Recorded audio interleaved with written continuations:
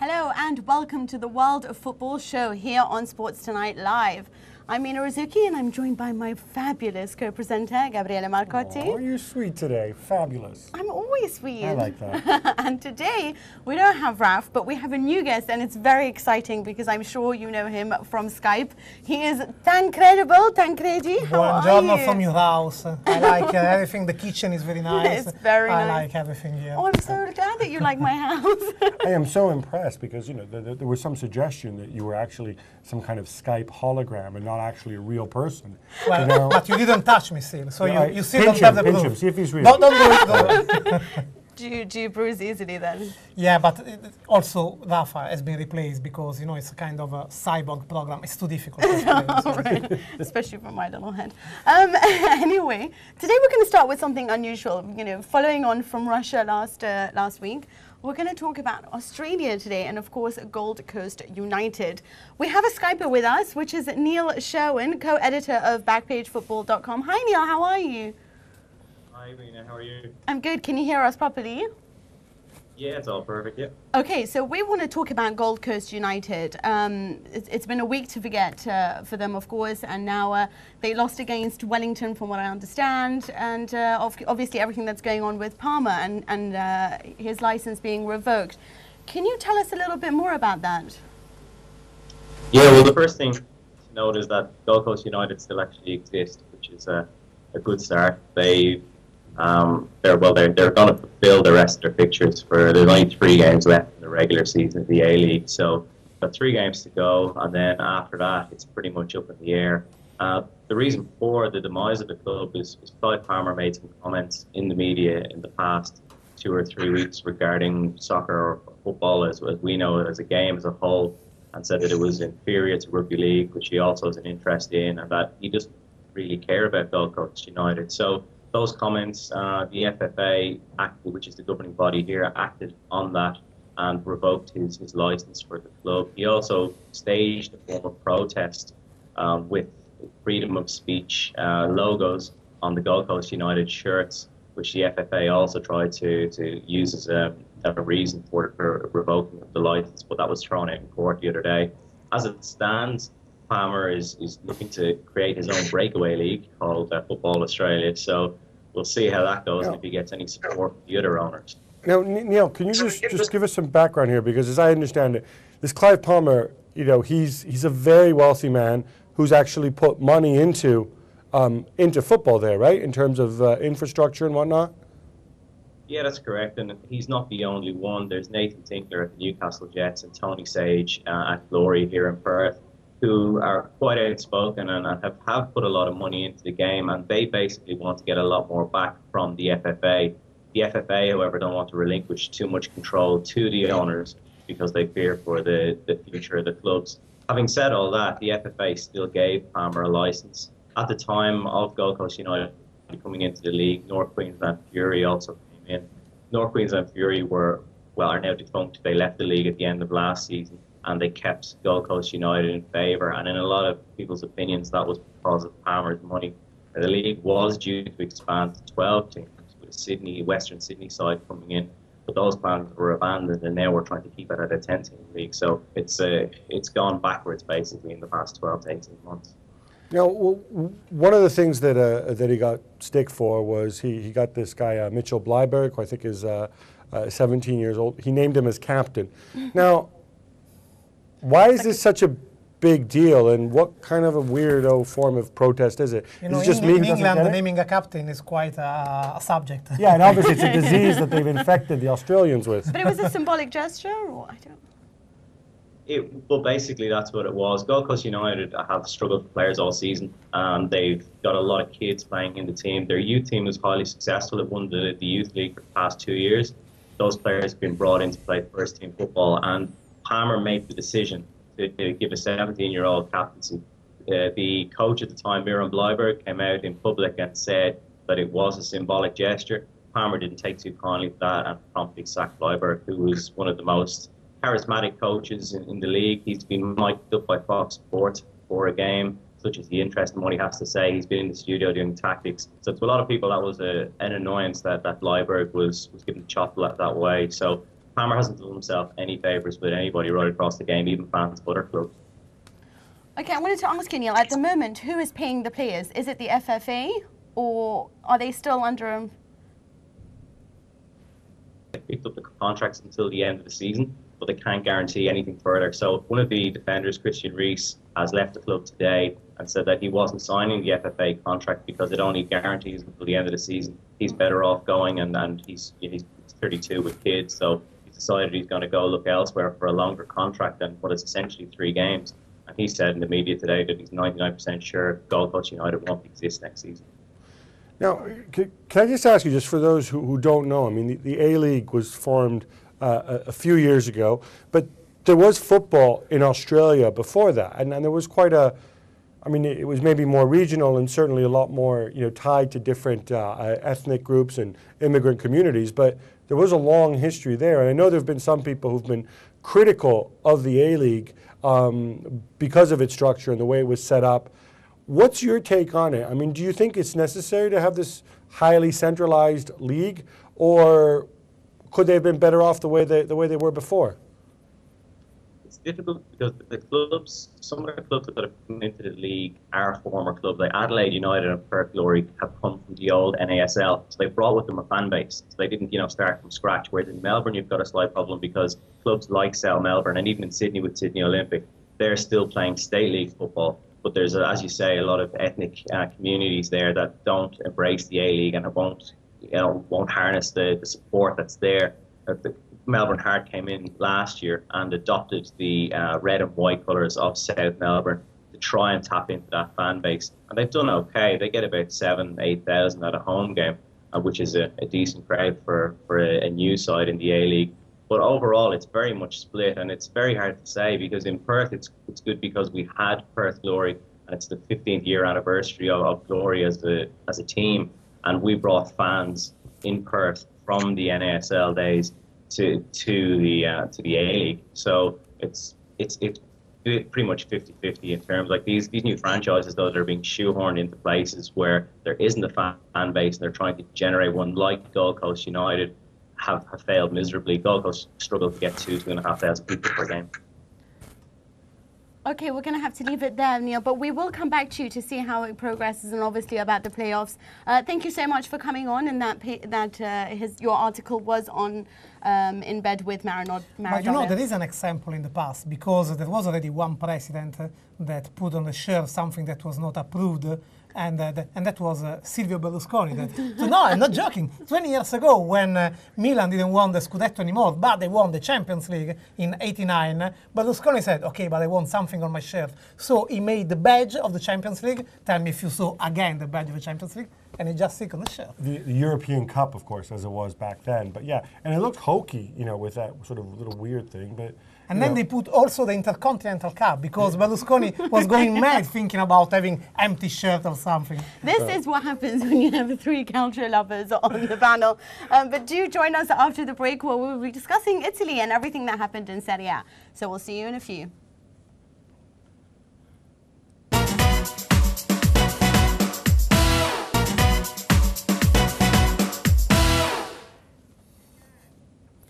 From down under to the never-ending madness that is calcio and Serie A. And of course, here I'm particularly psyched because we've got Tancredi with us right here in the studio. And thanks I think, to Fab Gab.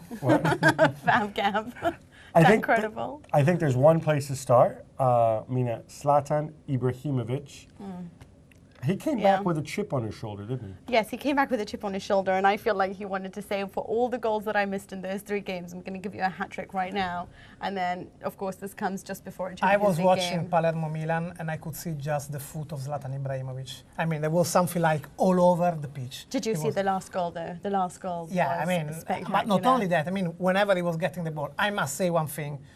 Since 2006, Milan was not able to beat Palermo in Palermo. And there was a huge mistake. It looked like Palermo didn't watch the games that Ibrahimovic played this year, because he's playing so far a lot as a number 10, just stepping back, receiving the ball, helping the team to come up. So just in between the lines, not once they've been there pressing him, saying, okay, come on, Zlatan, we'll make you a bit more difficult task. not at all once. In the second goal, But didn't I say at the time, I don't understand why everyone loves Bertolo Muti? I thought it was a relatively bad everyone decision. introduced me to them. I remember this is on Twitter, and I was like, how could you leave Manja? I mean, I understand that he's not the greatest, but surely this isn't a better replacement. I do think you're right. In spite of the Champions League that have... Bertolo won. No. I was like, did you? 1 second. Enough picking on Bertolo Muti. I have to say this. I'm not a fan of Daniele Bonera. I met him, he's a nice guy. I don't think he's a great footballer. I agree. I was wondering, with Nesta injured and with Mixes suspended, I was wondering how they would hold up, and I thought he did fine against not a very big threat. But I'm assuming that they'll be fine in this period. I mean, Nesta's not going to be back for a little while, but they'll be okay, yeah? I'm not sure, honestly. I mean, the thing is that Milan has now a much better calendar than before. Yes. I mean, they've been... It's much easier run of games. It's much easier, and actually playing in Palermo a couple of months ago, in spite of all the problems, could be worse, because they were much more offensive. This time they were really like conceding all the pitch and waiting just for some counter-attack. Bonera is a kind of... it's like a finger on a trigger on the time. I mean, something every time can happen. He looks confident, and then boom. But there is a psychological effect with Milan. Like when they win one, they tend to, obviously after Arsenal, they just went on this massively great run, and now they're going to have it again, and you can't really see them where they're going to drop these points. I mean, they're dropping points. That's something that Juve have been doing all season long. And the good news is they're still, if you're a Juve fan, is that they're still undefeated. Hadn't figured that out. You might as well be defeated at this stage. 2 points behind Milan, have a game in hand. So all things being equal, if Juve win their game in hand, against then they're Bologna, okay. which is not going to be easy with Stefano Pioli's men, who are going to close up every single space and then hit you. Yeah, we must remember the game that they have in the Italian Cup. They went until the extra time. Yes. Bologna was so close. But I'm a big fan of Stefano Pioli. I think he has good tactics. So you will cheer up if Bologna will. No, I will not. But this is the thing, they need to. But I felt a little sad when Conte was saying, well, you should be grateful that we've had such a great season, I mean, at the end of the day, we were coming from nothing, but... Yeah, I want to take issue with this. I want to get your views on this point, because as you know, I didn't like Conte at all going into the season. I've been very impressed with the work he did. But I thought what he said this weekend kind of really let me down. Right? He said, first of all, well, it's a miracle that we're even up here. And then he said, look at the other squads. There's 6 or 7 squads in the Premier League, in Serie A, who are better than us. And I'm thinking to myself, first of all, it's the kind of stupid defeatism that we saw from Andre Villas-Boas on Friday. And I'm thinking to myself, like, no, there aren't, actually. There aren't 6 or 7 teams. I'd like to know from both of you, starting with you, Tancredi, how many teams have better squads than Juve? Just Milan. Inter could be similar if they weren't all rubbish. Yeah, I know. No, if they would have a couple of stars in the good shape. What do you think? Possibly Napoli? I mean, no, Napoli only have the 3 tenors, in my opinion, in Maggio. I would say only Milan. I think Roma's on par. Right. In terms of squad, I do, but I don't think they're better, nor do I think Juventus are better. But I think why he did that is a case of, a lot of people were speaking about, apparent Juventinos who were like, oh, this is ridiculous, you're reminding us of Ranieri and all of, and he was just saying, wait a second, look and see what we've done in comparison to what we've been doing for the last 2 seasons. We don't have a great team. We have really a but this means getting satisfied. I mean, there is one expression in but you know Antonio Conte, you know that he's not satisfied, but he's trying to alleviate the pressure. I know, but because there's all this pressure. They are starting to freeze. It's what is called in Italian, in tennis. I don't know if you have in English the same expression, the small arm in tennis. The tennis player goes there, he's gonna win, he's gonna win the game, and he got the small arm. So you can see that when they are against Kiev or Bologna, they can win, they have all to win, and they are there to say, okay, something is missing. I'd argue that against Kiev and Bologna, against teams who defend well, it's also the fact that unless Pirlo invents something, you can play all day. And they were tired. Well, this is the other point which made me angry again, okay? He talked about how, basically, the interpretation was that the reason they drew it home with Kiev was that all season long, because they don't have great individuals, or individuals, who can create something, except for Pirlo, that they have to play at 100 miles an hour, And so at this stage of the season, that they're tired and they can't play at 100 miles an hour, and so They don't it's even have justified. cups. He didn't really say But at this stage of the that's what season. gets me. That's what's not acceptable. No. That's not. Hold on. Firstly, that's These are not what he meant. professional athletes But we're talking he's about. They don't talking play about- European football. Yeah, but he's They don't talking even about the have fact. cups. No, wait a second. Yeah, wait a second. We're talking about the fact that they've just come back from international duty. You know, Who? Azuri is Italy. Yeah, the So, likes of for that Pirlo. long trip from Torino to Genoa, right? That's Okay, really my point tired is them that- out. That game No, against I'm not USA saying that. where Italy But he's played saying everything. he had 100 miles an he hour. had to give them a I day saw off. Pirlo's He wetting had to 3 give them- shirts against He USA. had to give them a day off, and then he was saying that I only have one day to prepare. I only had the Friday to But prepare. it was But against- he did afterwards say that this is no excuse. I got you, Mina. but In how can you Chievo, who was the man of the match of the team and of the game? Michael Bradley. That was the man of the match in Italy, USA. So now you can explain that. Pirlo and Yeah, Marchisio. Brady didn't really need to travel. Yeah, I mean, this is one And of he's those very things. young. You know, he's not Pirlo. Quick prediction from you, percentages, since I'm assuming we all agree it's going to be Juve or Milan. Milan. Percentage Milan and percentage Juve. Tancredi? I go 51% Juventus and 49% Milan, of course, because I think that progressing in Champions League for Milan can take away from them a lot of power.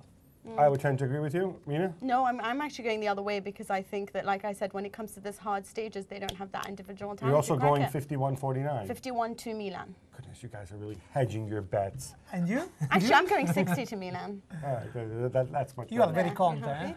Say that you are satisfied. Come on. I'm with Tancredi. I'm going haven't, 55. I'm going 55 Juve. I think this Ibra streak has to come to an end at some point. Now, February is another over. streak that ended was the streak whereby Inter lose all the time. I thought you were talking about the streak of Cambiasso playing in the midfield. Oh, but he was crying. Leave All Cambiasso All right. alone. Let's provide some context so people might not have caught the game. Inter at home against Vincenzo Montella's Catania. Brilliant team. Changes the lineup once again. Forlan and Faraoni on the wings, and Pazzini Milito up front, Snyder on the bench. And Yeah, Snyder they're on the 2-0 bench. down at halftime. One of the goals was offside, but really Inter generally completely outplayed. So then he switches everything around, and I think it was maybe 15 minutes into the second half when he goes for like the insano attacking lineup, insane by Italian standards. Forlan, Pazzini, Milito, plus Snyder. The two kids, Pauli and Obi in The last midfield. one to Yeah, do something Obi. like that, not in Inter, in Serie A, was Mourinho. That when was something like 1 or 2 goals down at home, he was doing like that. It's generally what you do when you don't have any more ideas. Yeah. But you had one idea, was Wesley Sneijder, and you placed that No, on the I mean, bench. I think it was a really great change because you started out the match with the worst personnel. You had basically either defensive men or there was no one who knows how Okay, to I mean, pass as the a matter ball. of point of view, But if when Obi if I'm came the on manager, and Poli came on, it changed. But if I'm the manager of Argentina in '86, Yes. and I bring in the second half Maradona in Argentina, that is a great pick. Unless you see on the other side, on the other you should point have of view, chosen him from the start. Uh, I do think his choices in the beginning were good, were terrible, but at least he fixed it. well, I think we were talking about Cambiasso. The other content, Cambiasso is probably the one that has the worst moment of shape since practically a couple of months. And Cambiasso is playing exactly in the middle of the pitch. Every manager will tell that is the key place. That's why I had Palombo with him. Yeah. Another superstar. Yeah, but Cambiasso, finally, I think when Ranieri was in front of death, he finally went for okay, I will call Cambiasso out, and all the stadio clapping for this pick and booing Cambiasso. That is unbelievable, actually. Well, I mean, the thing is, Understand, because I think they were more like, finally Ranieri gets it. I did That's feel fair. a little sorry for Cambiasso when he started crying. no, I'd like to see more Pauli and Obi on the pitch. I've been Yes. saying it In the you middle, who know for how a to long pass. time, yeah. What do you think But- about Cambiasso in the last times? I think you need to be bold and you need to make a change. It's But by not the him, same it's the token, though, game. frankly, Pauli gets hurt and plays badly all the time. Obi has been used a lot more on the wing recently. I can also see why he decided to give Cambiasso another roll of the dice. I think we all agree Claudio Ranieri will not be the Inter manager next season No. unless he wins the But Champions if League. they're I going can for tell you one Andrea thing that I'm Villas-Boas, 90% sure about that. If I was asked a lot yesterday, the second half yesterday changed the very next future of Claudio Ranieri. Yes. Because if he would have lost in that way, surrendering to Catania, his time would be done. I know that you disagree about this thing, but probably the Baresi Figo option, or at least Baresi. I'm not saying that it's the right one. I'm not saying it's the right one. You know, I mean, no. It sums up. I mean, it's logical. What else have they Moratti. got to lose? You know, at the end What of else the have they stage. got to lose by having Baresi and Figo? I'll tell you what they have to lose. They have to lose any shot that they have at reaching the Champions Yeah, but League. it would Any have shot been at 8 winning the defeats Champions in League a this year. row. It would have been no goals scored and The continuous thing is defeats. that in It the did eyes of change a lot. Moratti, And you think Figo and his hair club for men are going to do no, that? but he's searching Enough for a Figo. shake. He's Nor searching can they for a find- shake. they can't In even- the eyes of Moratti is staying the game Marseille-Inter. Ranieri completely went out just for the 0-0 there. Okay, I can, they played well. I They can, almost I can got it. agree with the tactic, but you don't play with Sarate, Kivu, if you want to find the almost 0-0. worked. Yeah, I Right. understand All right. why he chose that. I think. Okay, but we have to. Enough Ranieri. Let's talk some Roma Lazio, the big derby this weekend. More heartbreak for Luis Enrique. I kind of feel like we gave him a little bit of a pass because I thought the Stecklenburg red card early on was a bit harsh. But by the same token, if you look at Lazio, you look at who these weirdo players are. Scaloni, come on. And there they are, and they're winning, and they're third in the table. Eight exclusions, you know, due to absences, due to injuries, and it was really amazing because it was a clash of two ideologies. You know, it was the Italian sort of efficiency and hard work versus the Roma, you know, beautiful passing, young, youthful And look. all of this with a manager that almost resigned. I week ago. know, and you can just Unbelievable. it was You're talking about the Lazio manager Eddie Rea, of course, who continues to resign every few months. Which you don't blame him because he's got to share a building with Lotito. By the way, Lotito's suspended now, isn't he? Yes. Which is funny because I thought he was suspended before after Calciopoli. Does it mean? But what changes in his life? Does anything change? Like, does it mean he can't speak to Rea? I was in Lazio Milan. It was, I think, a couple of months, 1 month ago. And the fact that one president is suspended, this means that for example, he can't attend the official meeting of the Italian FA and can't go in the mixed zone to speak with press. Well, That's it. Lotito was just, Right. this is the mixed zone. Lotito was just beside there quarreling with Lazio supporters about the market. Okay, I think the less we talk about Lotito, the better. But let's talk some Roma because, you know, they go a goal down, they go down to 10 men, and this is Luis Enrique. So he keeps going for it, and they pull the goal back with Borini. And then, of course, Stefano Mauri nails that goal at the end. But I want this project to succeed. I will admit, I'm not a Roma fan, but No, I agree. think It's Franco so Baldini is a interesting. warrior of the It's light. intriguing. Eric Lamela can become one. But is he on schedule? What does he need to do? I mean, does he need to finish third this year? Do you think? Or No. I think, and the fact that the fans seem to accept the fact that this is just a year of transition. Also, what's so impressive was that they've gone down to 10, managed to equalize, and with the ones with the more possession, the better play, it looked like they were going to nick it. There is one thing with Luis Enrique, and it reminds me a lot Conte some years ago. Both the guys are squared. I mean, when they have one idea, they just go in that way, and they don't listen nothing. But they learn from mistakes. Luis Enrique, at the beginning of the season, was much more square than now. And the ball possession was so poor from they had a lot, but I mean without any ideas. So passing the ball sideways. Yeah, story of he the changed season. that. Now he got a different problem. He just really can't defend. I mean, he's conceding these counter-attacks every time. Atalanta won 4-1, and all the 4 goals seem the same, just the same.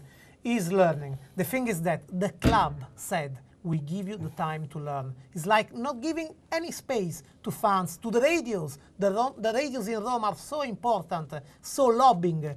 They said there is no space about that. We are the new owners. This is the manager. We will go in that way. And let me tell you one thing also, Daniele De Rossi, his figure, he was ruled out for disciplinary problems 1 week ago. He came back and he said, I'm completely supportive of the manager. Yeah. And okay, what he did, it's what is right. This is the Daniele De Rossi, of course, our friend Rafi doesn't like. But moving on for that, just quickly on the end, there was something. It was also a pretty sad incident, which I'd hope that we'd kind of put behind us in Italy. Juan at the start of the second half, quite clearly, booed racially by a portion of the Lazio ultras. Stefano Mauri dealt with it, spoke to them. The referee had the option to halt the game. It wasn't necessary. What do you know? Have they been able to identify these people? Well, they have changed the rules in Italy 5 years ago to make it like in England. So every ticket got name, surname, and you can spot exactly who is sitting where. But that was just the beginning. They should be able. They will never spot that.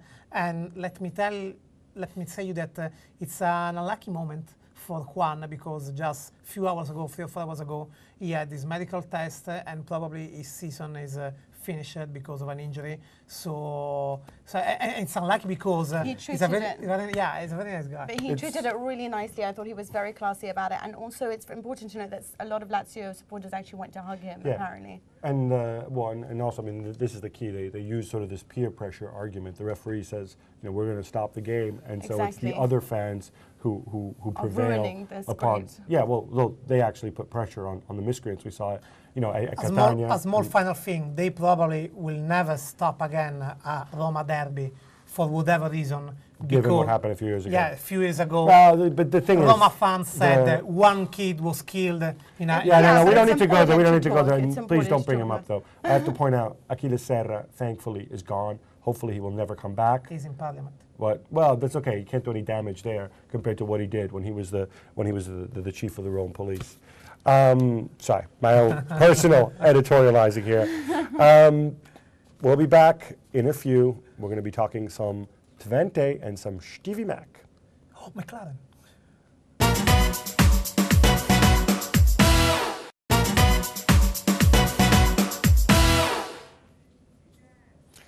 All right, we're back, and who's psyched now for a bit of the Stevie Mac Eredivisie? This past weekend, PSV Eindhoven against Twente. You figured there'd be goals in this. I think what very few people would have imagined, Mina, is this ridiculous 6-2 drubbing. Well, to be honest, I mean, it's not that I saw this coming or anything like that, but PSV, they seem to be more of a reactionary team, and they just really, if they're on the back foot, they don't really... I really thought that they would do something more. I mean, they changed their tactics since last season, but again, they have the most amazing dynamic forward line, and yet, once again, they fell to an amazing Stephen McLaren team. So can we say that after this 6-2, Steve McLaren can be again England manager? I mean, his results. Given the way England are going, it doesn't look like they have a manager. I don't even know how this happened with PSV. I really genuinely don't. With the squad that they have and with the attacking lineup that they have, how can they lose this much? Yeah, I think because in Holland, it's not like, in Italy when you are two goals down, you think, okay, let's just stop this that is happening. They just go and try to get back in the game, and then they think... They did it with 10 men for the entire 45 minutes at the end. We've got somebody who's actually at the game, and we welcome Ufuk now, who's with us. Hi, Ufuk. Yeah, good afternoon. Hello. Ufuk, you were at the game. Now, please tell me first. You go 4-0 up in the first half. What are you thinking? Yes, I was yesterday at the game with thousands of Twente supporters, and we expected not that game what we saw. We hoped for a draw and maybe for the title race. Then we can a good result, a draw. But the team of Steve McLaren was very we are not expecting that, but we were very pleased to see that. Now, you often wonder in this when we've got PSV who lest we forget they were second in the table. They're at home. They should have the upper hand at least. Did you see the reaction? Was it a case of them playing badly in the first 45 minutes? Was there a lack of reaction from them? Yes, the pressure was on the team of PSV, Fred Rutten and his squad. Dries Mertens, he said the week before against Feyenoord, it was the game of the title race. This was the champion game. We win, but that was stupid for him to say that because Feyenoord is a good team. But that makes the other teams to get to fight back, and Twente has shown them that PSV is about 10 games ago that the tether is not finished yet, and and that was for Twente, and yeah, was that a big opponent to hear that and to give more confidence. And in the first half was 4-0 for Twente. Okay, I wanted to ask you as well about the league in general. I mean, there's only 5 points that separate number 1 and number 6. I mean, making this what the tightest thing in Europe at the moment. And this hasn't happened, from what I understand, for something like 55 years. That it's been so tight. Do you think there's a chance now that anyone can win it? Yes, I think there are 5 or 6 candidates. Heerenveen even can be the champion, because Twente and PSV and AZ, they have also European games in the Europa League to play. They have in March Twente has to play 7 games, and Heerenveen 4 and Ajax 4. But it will that will make that teams are fitter maybe. But yeah, we will see. I think. It is it's very nice to see that there's so many candidates to get the title. Ufuk, we have to leave it there. Thank you so much. Yeah, seriously, guys, the Dutch league this year. If you want to see goals, maybe not the kind of defending that we necessarily appreciate, but it's just incredibly tight this year. I'd love to ask though, what would you prefer, this kind of league, or would you prefer something like Spain, where you have just the two always, you know? It's also a matter of tactics. So I would put in the middle also the Italy example. That probably it's really. I want to watch it to do, but you know. I mean, of course. In Spain you have different. Quite exciting. I mean, to have 6 people constantly. No, it's not constant. Well, okay. It's this year. It actually never happened. And what's funny also hasn't this happened year. 55 years. But in the last years they had AZ Alkmaar winning. Once they have Twente. No. But you know. I mean, you rarely, obviously, a title race with this many teams in it is obviously unusual. And this year, there's the added wrinkle, of course, of Ajax self-destructing, which some of us, I'm not saying I'm going to show my bias here a little bit. I don't have anything against Ajax. I don't like all those Ajax snobs, though, who usually aren't Dutch, usually aren't even Ajax fans, and go on and on about, tips and Clive and so on, blah, blah, blah, blah, blah, blah. Well, good. You've got 2 league titles in the last 10 years. You're the biggest, richest club in Holland. I think, frankly, you've run the club into the ground. Time to move on. Yeah. And I do like Danny Blind. Do you think that Van Gaal will win the war against Cruyff? Well, he's lost the war. He's lost. You think he's completely out from that? I think what they need to do is just move on. No more Van Gaal, no more Cruyff. He's in Chivas now anyway. He's gone Mexico. Look forward. Yeah, I know. But talk about Spain, where obviously there's managers. I think there's managers pretending to move, because does anybody here really believe that Pep Guardiola is sad and depressed and might not be back? Does anybody really believe that Jose Mourinho is house hunting in London? Yes, I believe that. Because he actually wants to manage in London next year? No, because he wants a property in London. No, because there are Olympic Games and hotel will be too expensive. That's okay. But that also doesn't mean that there's a very good chance that he's going to leave. You don't think so? That he won't leave Madrid? Why would he leave?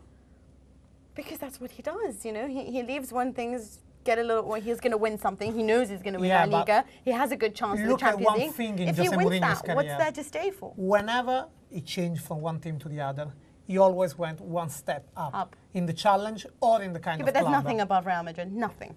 Yeah, more than Real Madrid, there is nothing. And you walk back, if you would walk back to an Abramovich that is ready to spend, to give you a budget of 200 million euros. But why would, here's the thing, right? We have to stop this now. Even if Roman Abramovich wanted to give him 200 million, which he won't do, he cannot do this because of financial fair play. So I think that part's pretty wrapped up. I personally think that, he's there to win the 10th European Cup for Real Madrid. He's got a young team. He's got everything going for him. I think more to the point, he signed a 4-year contract when he went there. 2 years in, he's delivering the goods. Why not sign a new contract, get more money, more Mendes clients on board, more power, and say, this year we win the league, and if you don't win the Champions League this year, then we win it next year. And there is one thing more. You said to win the 10th Champions League. Why not even the 11th? Because when he won with Porto and Inter, it was clear that that kind of team couldn't win anymore, couldn't make it anymore. If he would do with Real Madrid. Exactly. No, I don't think he'll stay to win 11th if he wins the 10th. Let's see what... he doesn't love Spain. Sorry. Doesn't love Spain. No, he doesn't. You can tell that he left his part in England. Yeah, you know what? Andy, You're in Spain. You tell us. Tell him I'm right, Andy. Do you really buy this? Simply because he comes here, he tells the English media, because when he goes to Italy, Andy, he does the same thing. He talks about how much he misses Italy and how great it was. He even misses the Italian media and the fact that they actually asked him about He wants to come to Sicily. You want the news? He wants to come to Sicily. But he's made it so obvious that he will never go back to Italy. That's not the same. Yes, he said I will never go back to that. Has he? Andy, shed some light. I think it's pretty clear that he never enjoyed that same relationship with Italian media that he did with English media. I just remember when Inter came back to play Chelsea in the second leg of that Champions League last 16 game in 2010. It was one of the most extraordinary press conferences I've ever been to, because it was completely packed. 45 minutes before the start, journalists were fighting over seats, all that sort of stuff. And but the divide in the room between the Italian journalists and the English journalists, hanging off his every word, was absolutely extraordinary. Whereas they were lapping up everything Mourinho had to say to him, and he was waving at people in the room and saying, "Hello, great to see you," all this sort of thing. He was replying to Italian journalist questions with sort of phrases like, "Well, you write what you want. You want us to lose anyway. That will be a better headline for you," and all that sort of stuff. I think it definitely brought out Mourinho's less charming side. Life in Serie A. I don't think there's any doubt about that. Some might say that I think as well, if we're talking about him going back to Chelsea, it's a really, really different job to the one he left in 2000. Well, the one he took the first time in 2004. Well, I mean, some might say that we've seen a slightly less charming Mourinho at Real Madrid as well, with the eye poking and stuff like that. You could say that. It gets worse every year. But so then, give us your read, because I think the way some of us interpret it is, you leak certain stories to certain journalists you trust about, that you've decided to come back and all those wonderful stories. Which club will he choose, and so on, as if it was all down to him because he's the Lord and Master of the universe. You telegraph that you're coming. Oh, he is number one as well. He's not? All right, you didn't know? Right. So, newsflash. But you telegraph that you're coming to London, and you make sure there's photographers there to shoot you in London, and then you casually drop that you're coming to London again the following Monday. I don't know accident. I don't know if he is here or not. You're so cynical, people. Okay, so what is his end game? What do you think Jose Mourinho wants out of this situation? What's his best case scenario? I think it's about keeping his options open. Of course, he already managed that at the end of the first season at Real Madrid by getting rid of Jorge Valdano. That seemed to increase his power base. Now, where we can go about increasing his power base from here is a big question, of course. He's got a team that he really likes already, a team that's one of the two best teams in the world. It's hard to say how he could get more power against the biggest Spanish players in the squad. There are certain cornerstones that you can't really get rid of, the likes of Casillas, Sergio Ramos, Xabi Alonso. So that's difficult for him. I think it's about keeping his options open. If he wins the European Cup, maybe he has the option to stay and get the 11th, as Tancredi said. As he says, he's got this team that's pretty near to perfect, and in any other era would be considered so, I think, as well. But he's just trying to, I think, assess what the possibilities are in England for the moment by saying, look, I'm definitely coming back, and making it know that he might be available. He's just seeing what's out there, I think. Andy, I agree, but there is one question that is popping out. I'm not the Mourinho's lawyer. I would like, because I would be, of course, rich and I wouldn't need to work. But the thing is that we all seriously believe that in the middle of the season, in the middle of this season, that could bring the tense in Madrid and with all the tension that was with Barcelona, we really seriously all think that Jose Mourinho is taking off on Monday and taking a walk in London just to keep the options open? I mean, that thing can, seriously, because we are talking about one of the top 3 or top 4 managers ever. And can he do this kind of mistake, something like that? That's the thing. I don't think it's a mistake. I think it's a very, very public play to say, look, I have the power. I can leave if I want to. There are options for me in England if I want to go. And, by that extent, sort of giving Madrid the option to say, look, we want to keep you. But I think it's a very dangerous game to play if he wants to give himself the option of perhaps staying at the Bernabeu, because of course the fact is, they've become more and more disenchanted with his attitude, and the fact that aesthetically they've come off a lot second best to Barcelona. And even if they do win the league by a long way, maybe they won't want to keep him. Now let's talk about the battle for fourth place, which is pretty remarkable, because you've got 7 teams. Here we see the graphic up here, really compressed within just 4 points in the table. And there's 2 ways to look at it. Sometimes you look at it as if like here in the Premier League, where I'd argue there's 3 good teams and the other teams are all kind of rubbish and maybe don't deserve to be in the Premier League this year. Keep them behind for next year and send 5. But that said, you look at this, and obviously Bilbao would be very romantic because of Bielsa and so on. Levante would obviously be punching above their weight, so on. There's a genuine risk that there's Malaga that can actually pull it off after the terrible season that, in my opinion, they've had. And after they do that, they can go and buy everybody and actually be credible in the Champions League. I mean, they're not even paying their players. I mean, all that wealth and everything, and then their players are on this, they never know when they're getting paid. They've just been paid for the last 3 months. When are they going to get paid for the next 3 months? And there's just that Pellegrini, they have no identity. They seem to just prance around the field as if, like, if they score, they score. I'm disgusted, because I really thought highly of this project when it came together. They didn't splash the cash like you would from a Sheikh Cup, They was very sensible about who they bought in. And you look at them now, and they're just sort of like, there's no competitive edge to them. There's no identity. They don't describe them care. as wogs. As they would be the literally, wogs. it's just, this is our job. We're going to go in. We're going to kick the ball around. We're going to try to score. Cazorla, of course, I think does well. Strands to this Malaga thing, to be honest. I think one of them is Pellegrini. Now, I think he's the problem to an extent. Because the fans, they know the project's going to take time to come together. They haven't got a problem with that. But I think they're a bit concerned about the type of football that they're playing under Pellegrini. And I think, he was so burnt by not having that power of attorney at Real Madrid, which was just such a huge contrast to what he had at Villarreal, that completely no pressure, you're the conductor, you get on with it sort of atmosphere, that I think he's having to readjust. But there is a great expectation there, not necessarily to bring in a huge amount of names. I think they're grateful for some of the players they've had, and especially the likes of Cazorla and Toulalan. But there's a big pressure there from the fans to play local players, and that's why Isco is so important. They brought him back from Valencia. He grew up locally. He's a richly talented player who could become really important for Spain. And he's the real darling of the crowd. And the first time that Pellegrini got booed was back in January in the Copa del Rey match against Real Madrid, when he took Isco off.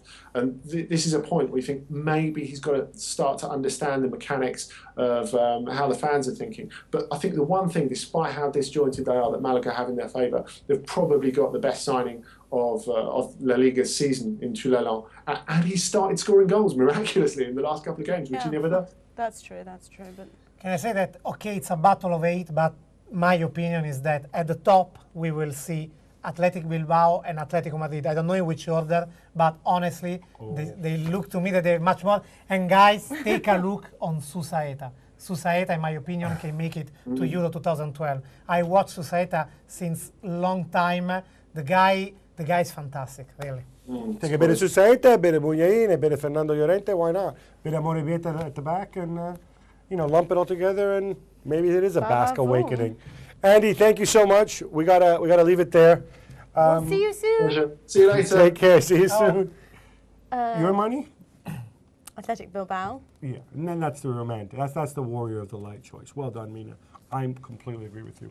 We want to see Bielsa. We want to see the good guys. I'm editorializing so much today. I wouldn't mind seeing Atletico Madrid in there too. Right, because El Cholo. Yeah, just because, and also they have such a nice, players in attack. But guys, on Thursday, I will not sleep on Wednesday night, because I will just think what Ferguson and Bielsa will plan for the Europe League game. On Saturday. I will not sleep. I don't know them. It's more exciting than the Champions League. I don't know how much Ferguson plans, but you know usually, no, I think generally he makes other people worry about him and his team more than the other way around. But we're going to be back with some Bundesliga.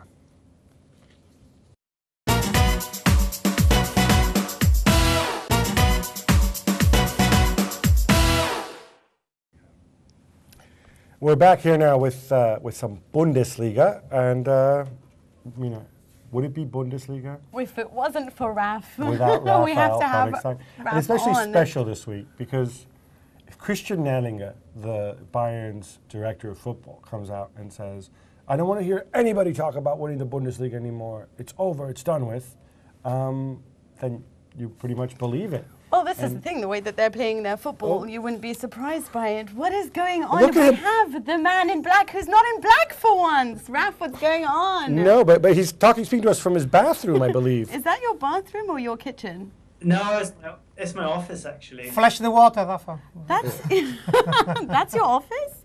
Yeah. With Dettol in the back? What's going on in now? It's an actual office, you see. Oh. That's, So- that's the Okay. crisis. That's All the right. economical crisis. Tell us about Cristain Nerlinger's, obviously, you know, for those that don't know, Bayern aren't doing very well and lost. And what do you think? Now it's over? Do you agree with his comments? Well, look, I mean, Bayern lost away to Leverkusen, and even before Dortmund had won their game a little bit later on and extending the gap to 7 points, but Bayern basically threw in the towel and said, we have to raise the white flag here. There's absolutely no point talking about the title anymore. We're playing so badly. We just have to look at ourselves a little bit now, think perhaps maybe about the Champions League, about the German FA Cup, but in the semi-final against Gladbach, that's a tough game away. And it was just a sort of a sense of Dortmund are just too good for us. They're consistent, you know, they keep winning games, and Bayern keep not winning games. 11 points from 7 after winter break is just not title ship form. Do you think that it's a case of too many of them, or too many individuals are sort of taking it upon themselves to sort out the mess by themselves and there's lack of teamwork at the moment? Or do you think they just don't seem to care anymore? Or is it Schweini? Or is it that?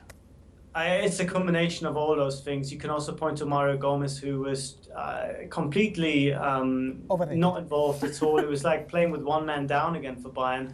Not only does he not score, but he doesn't do anything else. So, you know, if you don't have somebody who will turn those chances that they do create, and they did create quite a few in the first half, without him being there to finish it off, there is a lack of cutting edge. And you could also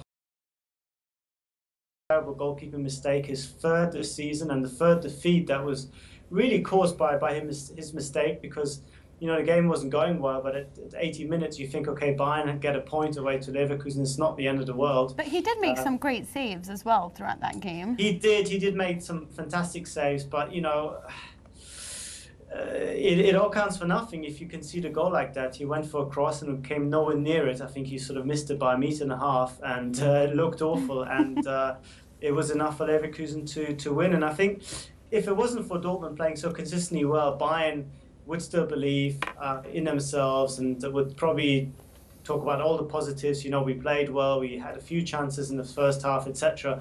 But Dortmund's dominance is just so overwhelming and so all-encompassing that they cannot even look in themselves in the mirror and think they've got a realistic chance. And I think as they're concerned, as far as they're concerned, and the rest of the league, this title race over.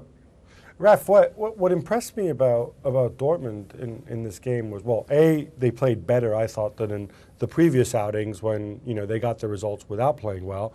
But, you know, they're winning 1-0, they probably should be winning by more, and then boom, you know, Zidane pulls one back, Chris Zidane, a former Dortmund player, and then you expect the heads to drop, and then, hey, here's Perisic, who they signed for a fair amount of money, who I think it's fair to say has been a bit of a bust this year, hasn't played very much. But he comes off the bench and he's motivated and he makes a difference and he sets up the winner for Kagawa. What's the secret there? Why is it that like some of the guys they've signed who haven't worked out, that they're still willing to go and listen to what Klopp and Zorc, and no, those aren't cartoon characters, those are the people who run Borussia. Well, exactly. How do they keep these guys involved and motivated? Well, I think that's Klopp's big secret. I mean, he is often compared, somewhat jokingly, but I think with some truth as well, as a kind of a cult leader. You know, has his followers who follow him blindly, who run like madmen, who believe in what he tells them, Whether he could do it at a bigger club with bigger stars is one really interesting question. But at the moment, with the way they work and having a young team where the oldest guy by far is the guy in goal who doesn't need to run with Weidenfeller, just makes for a winning concept. And, you can point to Perisic coming in and making an impact, but even Gundogan, who's been very poor this week, played for Sebastian Kehl, who was suspended. And it almost doesn't seem to make a difference. Bayern is all about the individuals, and you can say, Robben didn't perform, Gomez didn't perform, Ribéry didn't perform. With Dortmund, it doesn't matter if one or two don't perform because somebody else pops up and scores, like Błaszczykowski, who's also a fringe player who wouldn't be playing if it wasn't for Mario Götze's injury. So collectively, they're just on a different level. And that's why no one can touch them. And that's why I think this weekend decided the title for them. And they don't even have Götze, but they've got Shinji Kagawa, who's saying that he was not feeling at his best, but still managed it. But tell us a little bit more now about the future of Podolski. So is it true that it's 90% almost certain that he's going to Arsenal? Well, I don't think you can put a number on it because there is still no agreement between the two clubs. And, Arsenal have a bit of a history of trying to sign players, but then when it comes down to it, not really putting the money where their mouth is. And the fact that we've heard that there's more or less an agreement between him and the Gunners doesn't really count for nothing if they're not prepared to pay for it. And Cologne, for political reasons, but also for reasons to do with the contract, Bayern still owning a percentage in the transfer right, sponsors owning a large percentage in the transfer right to Podolski. Cologne need to get something around about 20 million euros for a player who's out of contract in 2013. So it's not a foregone conclusion. And, if this doesn't get wrapped up by the summer, and let's say Podolski doesn't play and has a bad Euros, maybe Wenger will get someone else. Maybe Eden Hazard will become an option. So, there might be an agreement between the player, but the fact that we've heard about this agreement and it's became public suggests to me that actually there's a lot more work to be done, because usually it's the other way around. Clubs get together and then you hear about personal terms being agreed. 20 million euros for this doofus. What he's got to I do thought you were with talking his about contract. Rafa. No, you Rafi. 20 million? Is completely absurd. How much you are giving me to give you back your chair? Hold on, I heard it was 10 million though. He just said 20, so. But Raf, I'm just curious about that. Could you quickly, because we're running out of time, but you mentioned that Bayern still have an interest in him. Sponsors have an interest in him as well? They all What is own this? a Is it some share. weirdo German version of third-party ownership? Absolutely, yeah. I mean, when he moved back to Bayern for 10 million euros, Köln couldn't afford it. They were basically, I wouldn't say bankrupt, but they don't have enough money. So they asked the sponsor to pitch in, and that sponsor owns, we're not quite sure because they never made it public, but some people say 30% of the transfer rights. So whatever Arsenal spend, 30% go to the sponsor, 10% above 10 million euros goes back to Bayern. So even at 20 million, there's actually not that much left, which makes this far, as I said before, far from a foregone conclusion. All right, I thank you. want to give this question to Rafa Tancredi is here. Ciao. How much you think of this Bayern situation, I want to know this, is because they can be distracted by the Champions League, and how you rate the possibility of Bayern progressing against Basel? Quickly, please, I think Raf. a decent chance to progress. To answer you quickly, against Basel. At home, there is the different Bayern. Away from home is where they really have been terrible, and I don't think it's been a distraction because, 2 games in 2012 against Basel shouldn't stop you from performing in 7-8 games in the league. So I don't think they can use that excuse this time around. Thank you so much for coming on, Raf, and we can't wait to have you back on. One last thing, Freiburg. Anyway, because obviously they won, and I'm really happy about that. Wow, look, he's giving German kiss. That's all we do have time for. Tancredi, did you enjoy being on here? Grandissimo, grazie. Grazie to have you on. Obviously, you had fun as usual. I certainly did. It was such a joy to see Rafi so nice and clean shaven. He looked so cute. Not wearing black. Exactly. Rafi not wearing black. Tancredi in 3 dimensions. I know. Unbelievable. I In know. black and not shaving as Rafa. There you go. But, Kind of fever. we will have a different panel with still us, but unfortunately we're going to lose Tancredi for No, next week. you said you signed me. No, guys, what, come on. But do join us next week at the same time, the same place, and the same football chat. See you then.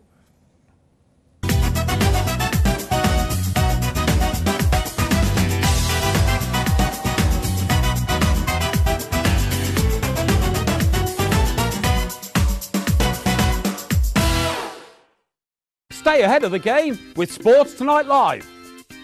Don't miss a thing. Subscribe to our YouTube channel. Search for Sports Tonight Live on Facebook and like our fan page. Follow Sports Tonight TV on Twitter and tweet us your thoughts and opinions. Sports Tonight Live, it's the platform for the fans.